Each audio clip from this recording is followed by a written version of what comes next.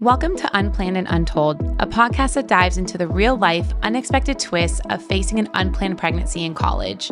Join us as we listen to the unplanned and untold stories of those who have overcome the odds in order to achieve their goals. Welcome back to another episode of Unplanned and Untold. I'm your host, Caitlin Willing, and today we have a special friend of mine on the podcast joining us. Her name is Lauren Coker. She was a Carter, but she's recently married. Lauren, how are you? I'm doing great. Oh my goodness. I'm so excited to do this with you. Oh, I'm so excited. I mean, we go back. We go way back. Do you even remember? Like I'm already about to get emotional. No crying. No crying. I'm trying to remember, how far back did I even meet you? Did we even cross paths? Well, I think because you heard about me through Women's Hope. Right. But then we didn't meet until, golly, I think the boys were 3. They were little. And they're almost 7. So it's been like 4 or 5 years. Oh my gosh. Yes. I mean, I remember hearing about you, and I'm going to save that till later in the podcast because it's just really crazy how I heard about all of this. But tell us a little bit about yourself, where you grew up and where you live now. So I grew up military. So born over in England, and then my dad and my family and I moved to, goodness, where did we go first? We went to Louisiana and then Kansas, and then we came here because my dad's from here, grandparents lived here, and so we ended up here when I was 8. So I'm pretty much from Auburn. Okay, so take me back to high school for you and what that looked like going into college. So I was an athlete in high school, and I really spent a lot of my time with my friends kind of partying it up in high school, which rolled into college as well. You know, living in Auburn in this college town, it's just like there's so many possibilities open for young girls. Yeah. Right there and available. And so I started partying at a young age, and having an older brother didn't help with that too, hanging out with his friends. And that's just kind of what I lived for, was hanging out with friends and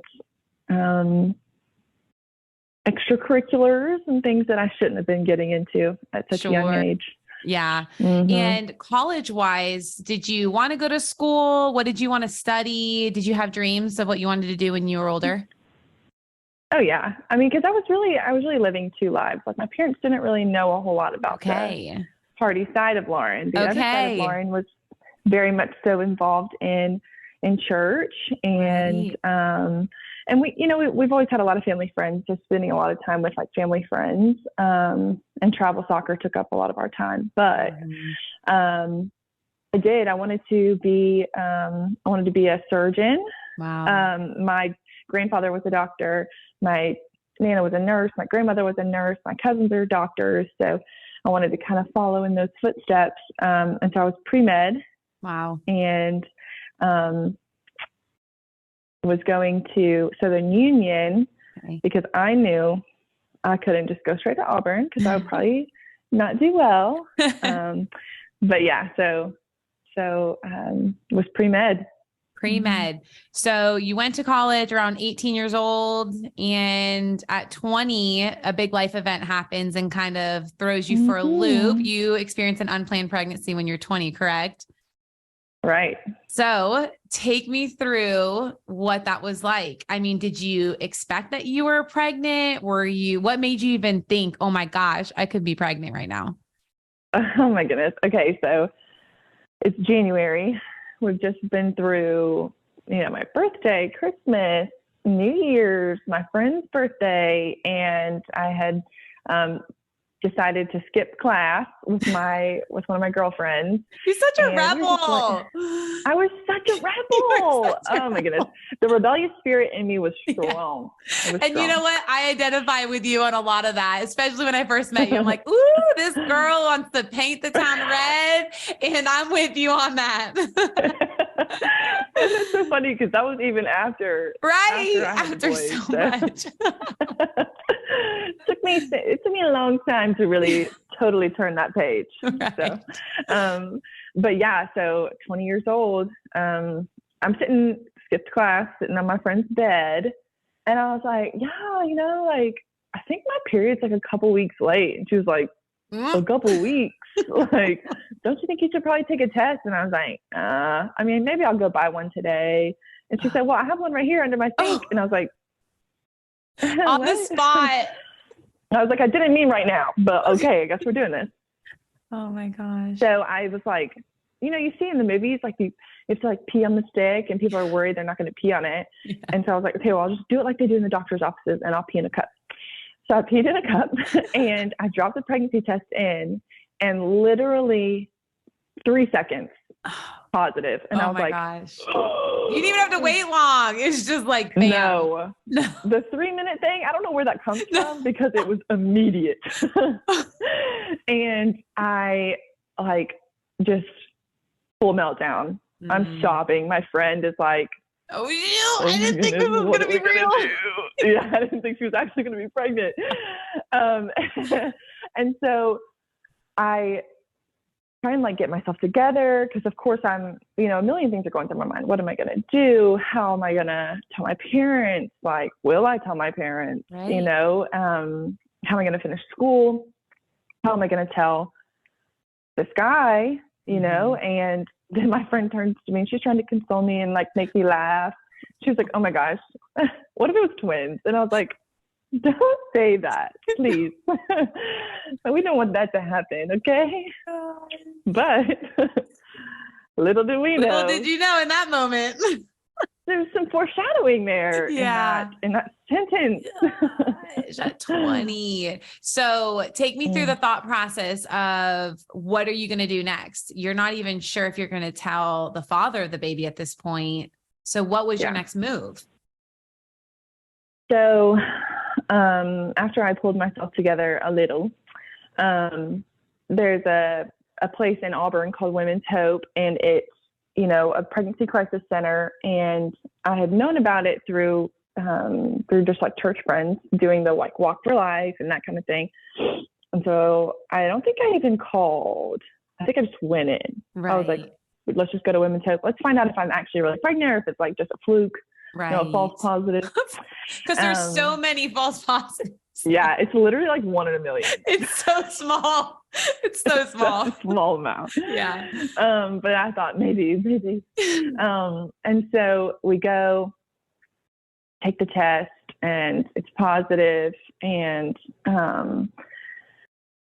she talks me through like my options and all that kind of stuff. And to be honest, I don't remember anything she said. Right. I was just shut down, just in like utter turmoil in my mind, thinking that my life is over. Right.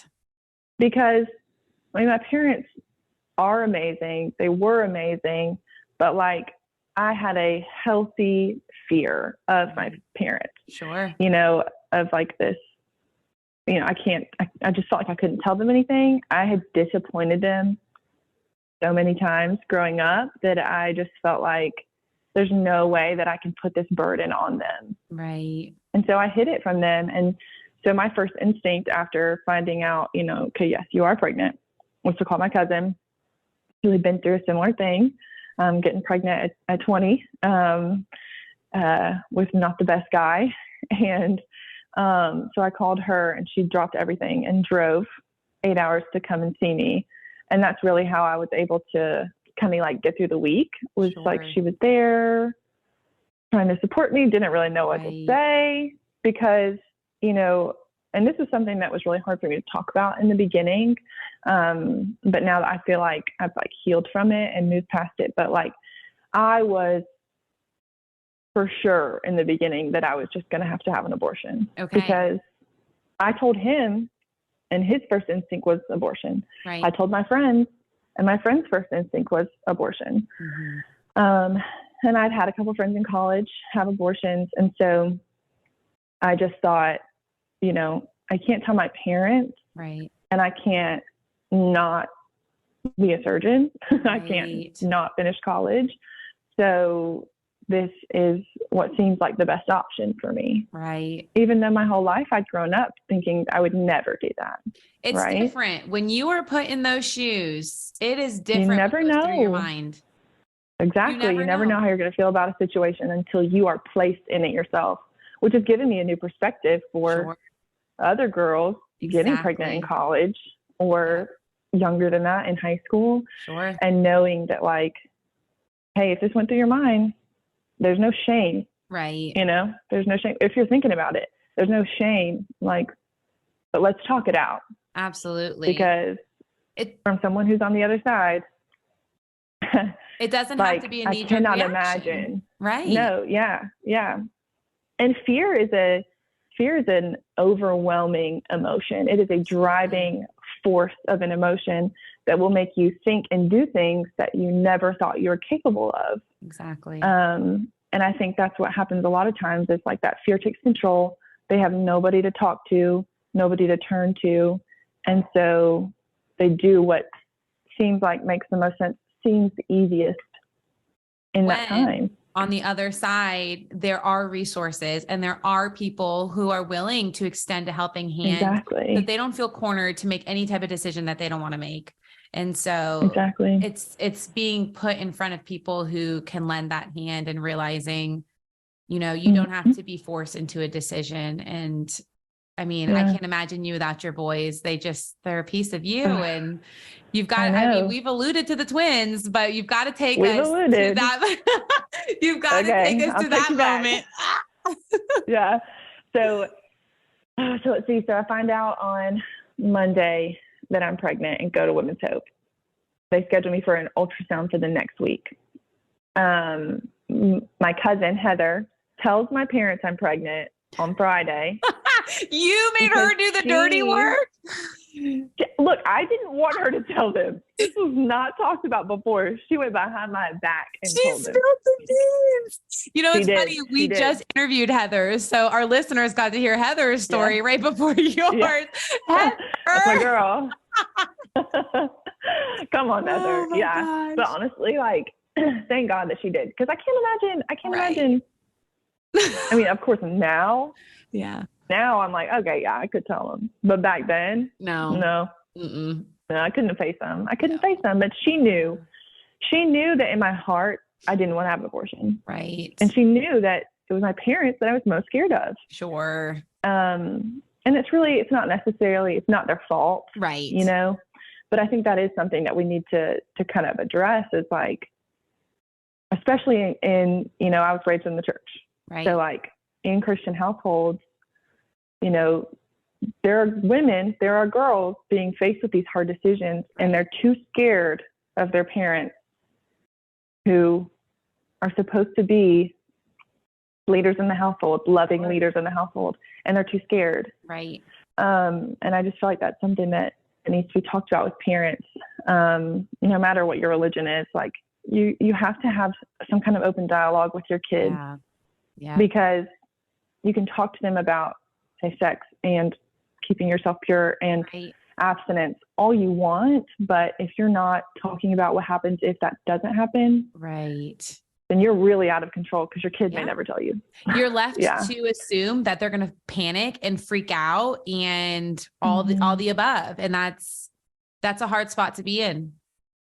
Yeah. So like I said, it's not their fault.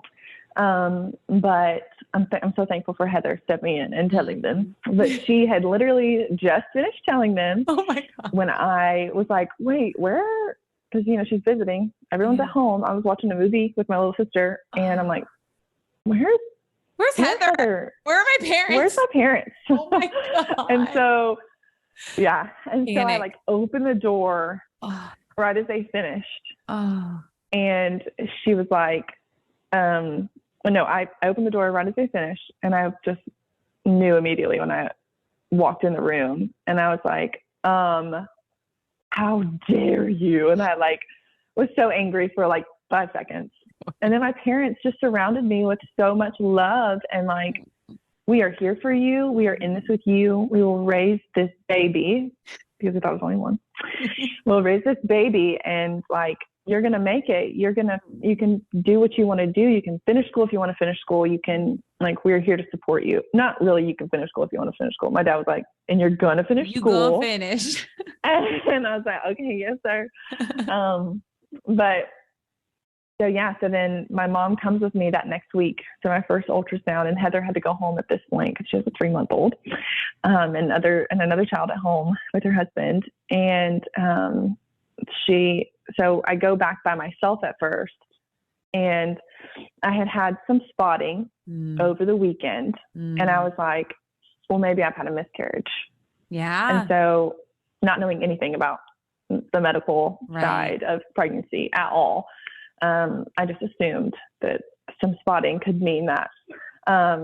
And so it took her forever to find anything. Wow. She was just, this is before, like, she didn't do a transvaginal ultrasound, which is more common now. She was just doing an abdominal. It took her so long. And I think it probably didn't take her as long to find anything as much as it took her so long to be like, yes, okay, there is 2 babies in there.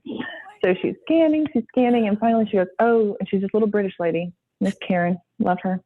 This little British lady, she goes, oh, darling, we're going to need some tissues. And I'm thinking, maybe I have had a miscarriage. And she just doesn't know that, like, that could be a blessing to me. This a part of roughly 20-year-old girl. Yeah, kind of hoping maybe that, like, this isn't going to happen. So crazy so crazy to think back now, of course.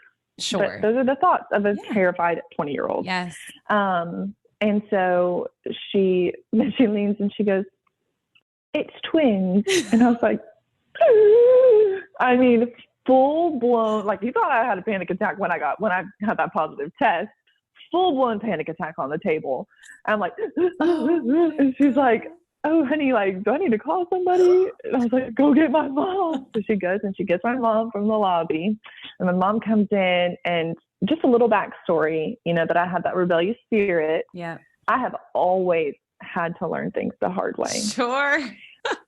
Whether that be getting caught by my parents, getting caught by the police. Yeah. I have always had to learn things the hard way.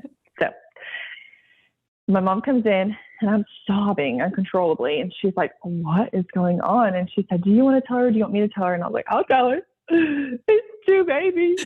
And she just goes, like, she just didn't know what else it would be. A giggle came out. Yeah, like, of course. Of course. If she's going to learn it, it's going to have to be the hard way. Times 2. So, times 2. And so she just knelt by the bed and held my hand. And she was like, even in that moment, my mom was like, it's going to be okay. Like, this is a blessing, and she saw the good in it then. And, it took a while for me to fully accept the changes that were coming. Sure. I would say that I was depressed for like a good 4 months after finding out, even though I knew that I wanted to parent and I knew that I wanted these babies. It took a long time for me to accept that, like, things are going to be different. And it was like this mourning of this future that I thought I was going to have and what I thought it was going to look like. Mourning relationships that I lost, because some friends will stand beside you and some won't. Right. And it can kind of be a blessing, It because there's friends that stood beside me. Yeah. Yeah. Right. Like, I wouldn't want you around if you didn't want to be around me and my kids. Right. Yeah. So,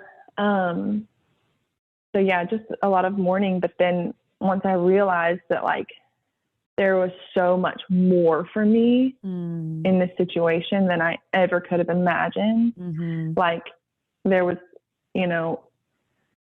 that it wasn't the end of my life, but instead the start of something different and something beautiful anyways, and I mean, I couldn't count on my hands and toes the amount of times that, like, me telling my story or me talking to someone about my boys has just blessed my life and theirs, Yeah. And so, and then I got to work at Women's Hope for a little while. I just left there recently.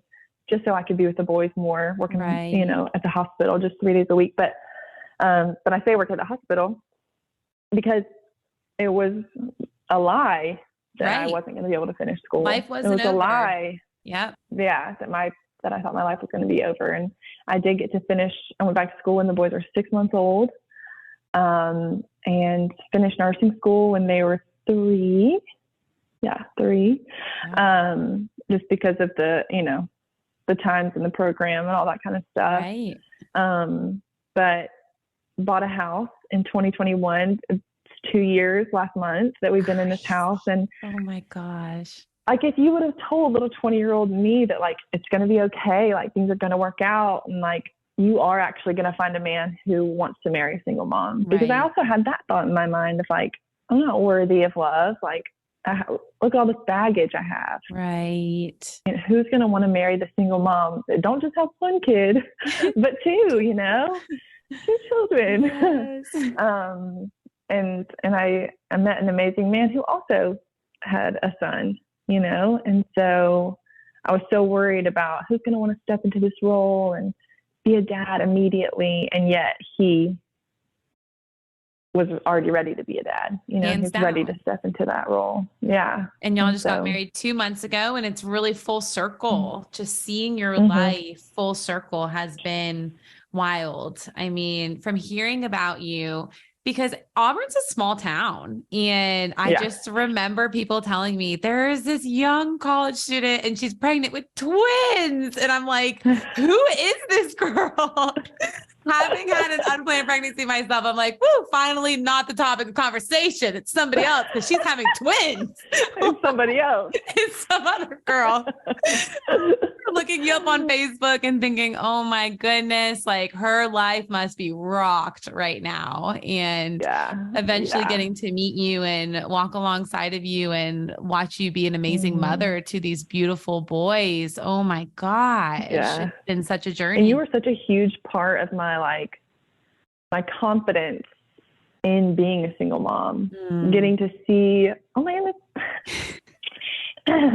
getting to see, like, your relationship with Will and the beautiful story that was woven there in him marrying a single mom, and y'all's marriage is just like, it was so beautiful getting to come to your house and spend time with you guys. And just the like I said, the confidence that you gave me in being a single mom, and you always would lift me up and make me feel like you're in school and you can finish school and you can do it. Look at me, I love that picture of you and Hudson, you know, when you're walking across the stage. Like, it's just such a blessing and so beautiful to get to talk to, like, with my boys. Even they're like, what are you doing today? And I was like, well, I get to do a podcast with Caitlin. And we had a great conversation about how you were a single mom and you walked across the stage with that baby. And it's just really cool conversations that I get to have with the boys. Yes. Because they know you. I know. They miss you and your boys. Miss them. Our boys miss them so much. And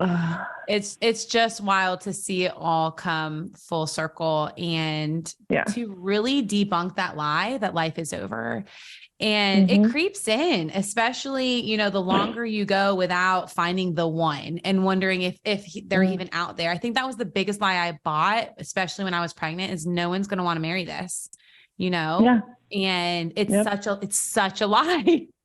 Because you look at your husband, you look at my husband, and they not only willingly walked into this, but they felt called into that position. Right. And were made for that, which has been really awesome to see men step up and say, I know that man didn't step up and do what he was supposed to do, but I'm going to. And it's really, really beautiful to watch. And I just cannot believe that you're married now. I know. So fast too. Oh my God. Oh, you know me with a shotgun wedding, girl. I know. I definitely. I'm like, let's go. 3 months. Have you seen enough? Let's go. Yeah. I mean, we were talking about, because we started dating November 26th. Okay. I think that's the day. And then he had bought a ring before Christmas. Yeah. No. When you know, you know, when you know, you know. And honestly, you're not messing around anymore. Like life is serious. This is my life. I'm a mom. I have a career. Like this is what adult life looks like. And I know exactly what I want. Yes. Yeah, exactly. And I like that. I honestly like that better than back in college days where I'm texting guys and they're like leaving me on red for hours because that's what you're supposed to do. Like, let's just all that. Yeah. And it was funny in the beginning of our relationship where I would say stuff and I would be like, sorry, I'm not sorry, but this is how I feel and this is what I want. And so either you're in or you're out. It's either I'm scaring you away or I'm scaring you. I don't know, but it's so true. And, you know, for a couple years, you and the boys kind of were a part of Baby Steps. And I believe you're one of our first graduates that I've interviewed that's been a part of Baby Steps. I'm trying to think. Yes, you're the first one. So do you want to kind of tell our listeners what it was like to be a part of that community in Auburn?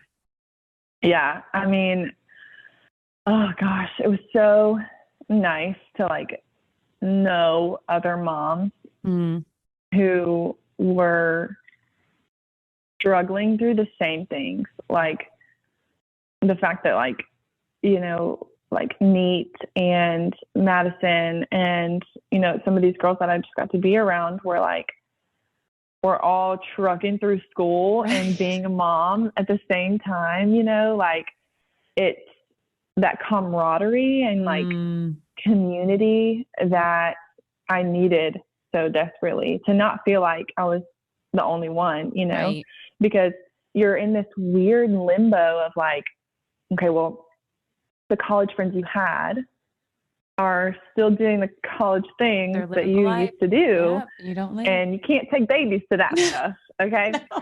And I tried. You know, I took my baby to a bar crawl, you know, it doesn't work, but keep going. It doesn't work. You try to like make the puzzle piece fit and it doesn't fit. Like, come over to my house. We're going to the bar. We're having shots of milk over here. Breast milk. You want one? Right. My body looks very different. Very different. Yeah. This little tiny outfit I used to wear. Just tuck it in there. Just tuck it in the fupa. Yeah. And then, you know, but then there's that other side of people who like, you know, these like adult friends, you know, I'm trying to like fit in with my parents' friends of like, I have kids too, or, you know, but like that also doesn't work because I'm single, you know, or the fact that my children are small. And so getting to be with those moms once a week and, you know, I mean, like Dee Dee through women's or through Baby Steps. And she, I don't know, we just really clicked in like the type of father that we had for our children and how crummy he was. And I know you feel that, you know, and we just had a lot of good talks there and like just the Wednesday night dinners, you know, and the different ways that we got to be plugged in the community with people who would like teach us stuff like budgeting and self-care. I don't know, because for a long time, self-care for me was like the kids are asleep and I'm in my bed, you know? And so learning different ways and ways to do that. But yeah, I loved Baby Steps. I was like sad when I was too old and too, and you know, like done with school. Couldn't go get some free dinners anymore. Man, free food. I tell you what, I'll go forever. It was really nice. Yeah, it'll bring them in. And such a beautiful way for the Auburn community to really step up and see that there is a need. And there are girls that are determined to finish school. And what they could do to help was to bring a warm meal on Wednesday nights and just let these mamas relax for a second, not have to cook chicken nuggets and mac and cheese for their kids. Like let the live and support and the volunteers come watch them and just let y'all breathe and just be college students, although you are moms, but you just got to be for a second. And I love that we're able to offer that. And another thing that I think of all the time with you is how many moms told me that if Lauren can do it with twins, I can do it with one. I have heard that so many times over the years, and I'm going to start crying, but it's so true. Like there are just multiple women who saw you and saw everything that you were up against times two and fought through it. And we're just so proud of you. I'm so proud to call you friend and to get to interview you on this podcast and hopefully just shine some light in some dark places in maybe somebody's life that finds out they're pregnant and is terrified. Exactly. Yeah. So if you could, and just to know that there's women out there who are like, we are called to be helping these moms, like, please come to us, like I want to be able to love on you and to babysit your kid, like there's things there are moms out there who want to help you. Yes. So you're not alone. You're not alone. And this story is not uncommon. I think it's just time to break down these barriers that have been put up for so many years, saying women should be ashamed of their unplanned pregnancies and not talk about it. And if you're married, you don't have to tell anybody now. Like now you just go on, pretend like it never happened. And that to me was very mind blowing because I continually met other adult women who said, I had an unplanned pregnancy too. Or my child is not. They're whispering behind it. Right. And you're just like, man, if we could get rid of this stigma of, okay, you had an unplanned pregnancy before you were married, but let's talk about it and let's help these other women who are walking through this because they're not alone. They are actually surrounded by many women who've had unplanned pregnancies. Yes. Yeah.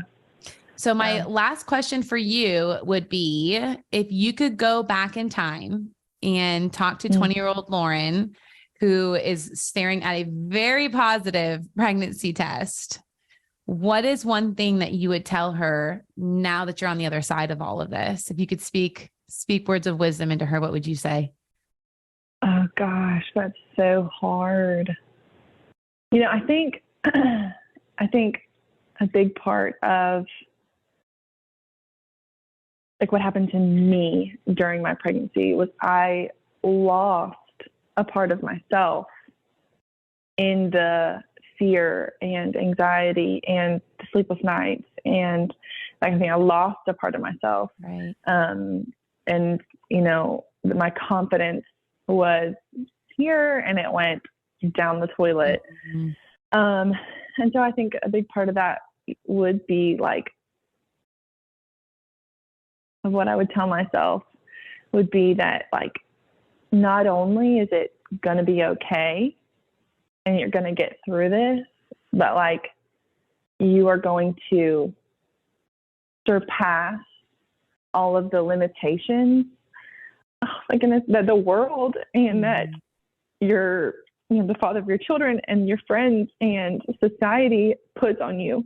You're going to surpass it and you're going to have more joy than you ever would have had if you did not have these boys. Oh my goodness. It's so true. Yeah. And those are words. I wish I could tell her that because she was so freaking scared.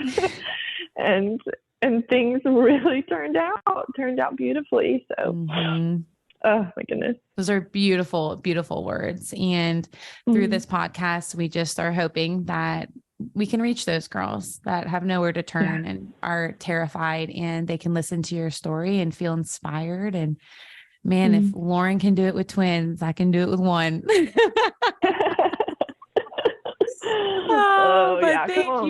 Thank you so much, friend, for sharing your life story with all of us. Yes. And thank you to our listeners. We hope you'll join us back in 2 weeks for another podcast episode of Unplanned and Untold. Bye-bye. As we all know, life doesn't always go as planned. And if you or someone you know is facing an unplanned pregnancy in college, visit babysteps.org for more resources. Thanks for joining us. And until next time, embrace the unexpected.